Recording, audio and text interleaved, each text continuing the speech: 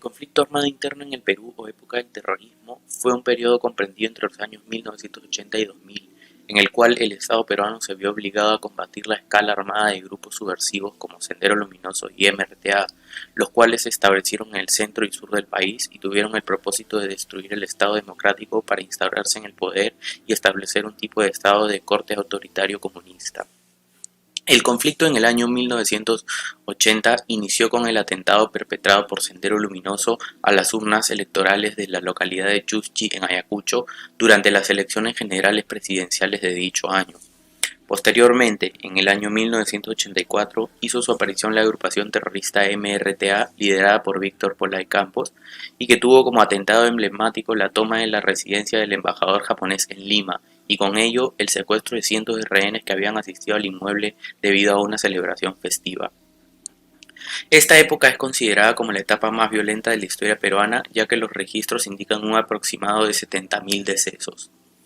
Con relación a las clases correspondientes a los temas, hemos elegido las clases de las semanas 12, 14 y 15, de manera que en la semana 12 tratamos los temas correspondientes al inicio de las agrupaciones terroristas Sendero Luminoso y MRTA. De esta manera pudimos conocer los objetivos, ideales, políticas y métodos que utilizaron las mismas. Además, se analizaron las fases del conflicto armado de inicio a fin.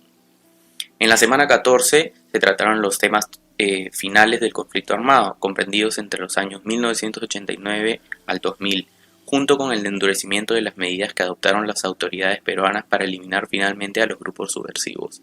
También conversamos sobre los abusos cometidos por el Estado durante todos los años del conflicto, en los que se cometieron infinidad de violaciones a los derechos humanos, no solo contra los subversivos, sino también contra civiles inocentes. Y con respecto a la semana 15, en esta clase hicimos un recuento de todo el conflicto armado, principalmente hablamos sobre los grupos subversivos, Sendero Luminoso y MRTA, acerca de sus inicios, políticas, ideales, tendencias, atentados y líderes. Asimismo, se trataron los temas consiguientes a las reformas económicas que tuvieron lugar en los gobiernos de Alberto Fujimori y posteriormente los actos de corrupción y su renuncia a la presidencia del Perú. La notable diferenciación social, brechas socioeconómicas entre clases, bajas expectativas sobre el futuro, extrema pobreza, la crisis económica causada por los gobiernos de turno, la deuda externa, son algunas de las causas de este importante y trágico periodo en nuestra historia peruana. La causa que resalta bastante es la crisis de representación que caracterizaba a esta década de los 80, pues los canales que relacionaban a la sociedad con el Estado, como los partidos políticos, instituciones públicas y movimientos sociales, se vieron altamente debilitados. Es de esta manera que se genera frustración, crisis de identidad y conflictos latentes, los cuales suscitan que Sendero Luminoso, el MRTA y otros actores del conflicto le declaren la guerra al Estado. Desde 1980, las actividades terroristas fueron originadas por el grupo de Sendero Luminoso en la ciudad de Ayacucho. Este fue una de las corrientes maoístas que surgieron del comunismo peruano, dividido a raíz de la ruptura de Moscú y Pekín. Al finalizar la guerra interna, la CBR determinó que el número aproximado de víctimas del terrorismo fue de 69.280, la mayoría de ellos campesinos. Esta guerra también dio como resultado numerosos daños materiales, migraciones forzadas y sobre todo se profundizó la crisis económica y social del país. La pobreza se incrementó sobre todo en las zonas más afectadas de la sierra del país. Además, el clima de terror estuvo constituido por asesinatos selectivos o en grupo, desapariciones, secuestros y la amenaza permanente de bombas. Buenas tardes, señora Carmen. ¿Cuáles cree usted que fueron las causas que generaron el terrorismo y cómo es que ésta repercutió en su vida? Bueno, muchas gracias por la entrevista. Muy buenas tardes. Quien les habla ingresó a las filas de la Policía Nacional en el año 1981. Y precisamente, como usted lo ha dicho, el terrorismo inició con mucha fuerza en este año, 1980, hasta el año 2000. Sin embargo, tengo que acotar que estas causas, creo yo, que se generaron en aquellas épocas, era por la diferencia de las clases sociales, porque no había una equidad, no había un equilibrio del Estado con todas las personas, ¿no? Creo yo que había un descontento de la población. Pero quizá Sendero Luminoso, el MRTA, equivocaron esta ideología política en ser sanguinarios y querer entrar al poder por la fuerza. Y así no son las cosas. Yo creo que todos los ciudadanos tenemos derechos a vivir en paz, en tranquilidad y en armonía. Y el terrorismo en el Perú generó mucha zozobra, mucho terror y temor en las personas. Ahora, ¿cómo repercute en mi vida profesional?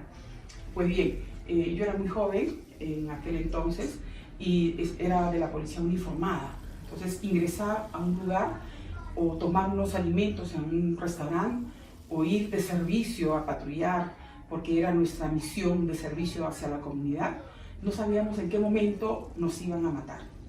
El terrorismo, o prácticamente Sendero Luminoso, era sanguinario, era cruel, y entonces eso generó un temor interior en mi persona, ¿no? Entonces creo que el temor, el miedo es natural en todas las personas, pero yo como autoridad tuve que superarlo, y Fujimori, tenemos que decirlo así, pacificó al país, y esa tranquilidad, esa paz que nos devolvió a nosotros, nos dio esa tranquilidad.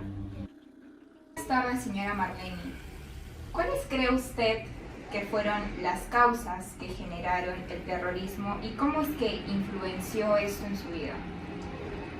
Generalmente las causas que dieron motivo al terrorismo fueron, pienso yo, de que fueron la desigualdad de pensamiento y de trabajo de parte del gobierno y de una parte de la comunidad. Y sobre todo lo que causó extremadamente en toda la población a nivel, creo que de Perú, fue la psicosis que sembró en cada persona. Como personal de salud, nosotros esperábamos en los hospitales siempre pendientes de que pudiera haber accidentados por un coche bomba. Entonces igual, ¿no? Venían a veces los policías heridos, y la gente también herida de algún ¿cómo se llama esto? De poder ver que algún incidente había pasado de parte de los terroristas que habían puesto una bomba. Y los estragos también en la economía, ¿no? Mucha gente que a veces no tenía qué comer, pero y era lo más fundamental que había en el país era de que faltaban los alimentos. Entonces eso, tanto psicológicamente como económicamente, mucho afectó al Perú. Y dicho sea de paso también a nivel de los hospitales, ¿no? Faltaban muchos recursos en que a veces las mismas instituciones no pudieron cubrir las incidencias que traían a las personas heridas. Okay. Muchas gracias, señora Marlene. En este punto vamos a reflexionar sobre si el Estado y la sociedad actuaron de manera correcta en la época del terrorismo.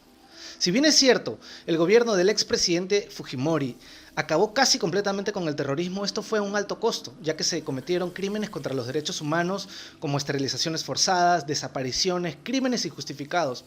Si bien es cierto, la contraparte, los movimientos subversivos, también actuaron de una manera sanguinaria y muy violenta. En conclusión, el país vivió una de las épocas más violentas en nuestra historia. Por el otro lado, la sociedad se organizó, por ejemplo, en provincias se organizaron rondas de comuneros para cuidarse de los movimientos subversivos y también de los militares. En Lima, por ejemplo, en algunos lugares de la periferia, como en Villa El Salvador, por ejemplo, se organizaron rondas de vecinos que también estaban dedicadas a autocuidarse.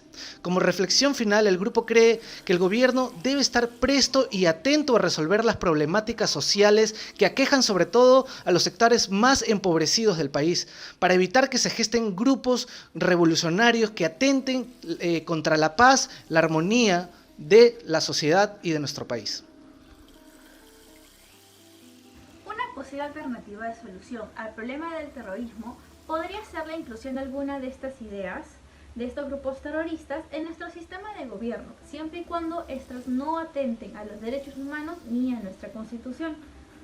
De esta manera, estos grupos, que usualmente suelen ser extremistas, pueden encontrar cierta satisfacción y se sientan incluidos en nuestro sistema de gobierno, de tal manera que ya no tengan que recurrir a métodos violentos y agresivos para imponer sus ideas, ya que éstas serían escuchadas y tomadas en cuenta.